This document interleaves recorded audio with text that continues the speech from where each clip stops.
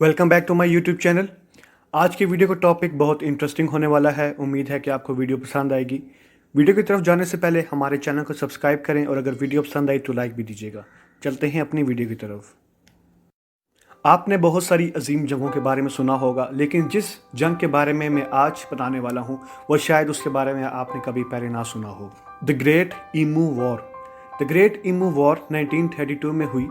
इसका बैकग्राउंड कुछ ऐसे है कि ऑस्ट्रेलियन गवर्नमेंट को फार्मर्स ने कंप्लेन की कि उनका जो लैंड है या उनकी जो क्रॉप्स हैं वो ईमूस आके जो अपने एक बर्ड है बेसिकली वो आके उसको डिस्ट्रॉय कर देते हैं। तो उनसे जो है फिर उनका जो भी उनकी मेहनत होती है वो रायगां चली जाती है या उनकी मेहनत सारी ज़ाया हो जाती है। ईमूस बिल्कुल ऑस्ट्रिच की तरह ही होते हैं, लंबी लंबी टांगें होती हैं और बहुत तेज़ भागते हैं।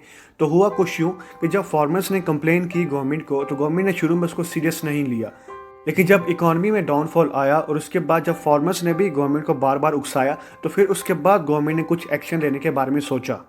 और कहा यह जाता है कि ये ईमूस तकरीबन 20,000 से ज़्यादा की तादाद में थे और ये इकट्ठे आते थे और जो फार्मर्स थे उनके लैंड्स को या क्रॉप्स वगैरह को डिस्ट्रॉय करके वहाँ से चले जाते थे। तो जिसकी वजह से फार्मर्स तंग आ चुके थे। और फिर इत्तेफाक के बाद 2 से 3 सोल्जर्स तैयार किए गए, उनको 2 मशीन्स गन्स दी गई, वो भी 10,000 बुलेट्स के साथ। और जब ये उस एरिया में पहुंचे तो जब इन्होंने दूर से ही ईमूस को देखा तो वहीं से ही फायरिंग वगैरह शुरू कर दी। लेकिन कहा यह जाता है कि ईमूस की नेचर ऐसी होती है कि जब भी वो कोई खतरा महसूस करते हैं तो वो अलग अलग ग्रुप्स या फिर अलग अलग हिस्सों में बंट जाते हैं। तो जब वो अलग अलग बट गए तो उसके बाद काफ़ी सारी गोलियां ज़ाया चली गई।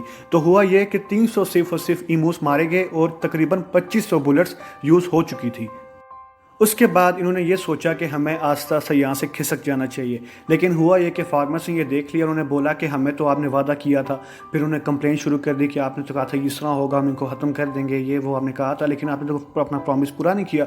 उसके बाद इन्होंने ये सोचा कि क्योंकि वो तो ऑस्ट्रिच की तरह जो ईमूस हैं वो तो बहुत तेज़ भागते हैं, तो हम अपनी गाड़ी लेके चलते हैं। तो उनके पास जो पीछे 2 सोल्जर्स जो 4x4 गाड़ी कह लें या जो भी गाड़ी कह लें जिस आर्मी के पास या मिलिट्री के पास होती है, तो पीछे 2 सोल्जर्स खड़े हुए और एक उनके पास जो बंदा था जो ड्राइव कर रहा था वो गाड़ी चलाते रह गए। लेकिन ऐसा हुआ कि वो उसका गाड़ी की इतनी स्पीड नहीं थी कि वो उनको कैच कर सके। तो फ्रस्ट्रेशन में ये सोल्जर्स एवं ही आगे पीछे फायरिंग करते रहे जहाँ पे भी इनको ईमूस नजर आए। तो आखिर में हुआ ये कि इनके पास सिर्फ और सिर्फ 100 बुलेट्स कुछ रह गई थी और ईमूस सिर्फ और सिर्फ 900 या कुछ इस तरह के, इससे ज़्यादा नहीं मरे थे। आप ये सोच लें कि उनके पास 10,000 बुलेट्स थी और उसमें से वो सिर्फ और सिर्फ 900 ही ईमूस को मार सके। फिर उसके बाद उन्होंने गवर्नमेंट को मैसेज पहुंचाया कि हम लोग, हमारे पास इतनी कैपेसिटी नहीं है या हम लोग इनको नहीं मार सकते। तो इसी तरह उन्होंने फिर सफ़ेद झंडा लहराया कि हम इस शिकस्त को या फिर इस हार को तस्लीम करते हैं। तो ये थी दुनिया की आलमी जंग जो कि मिलिट्री और बर्ड्स के आपस में लड़ी गई, जिसमें बर्ड्स को जीत हुई थी और मिलिट्री को शिकस्त हुई थी।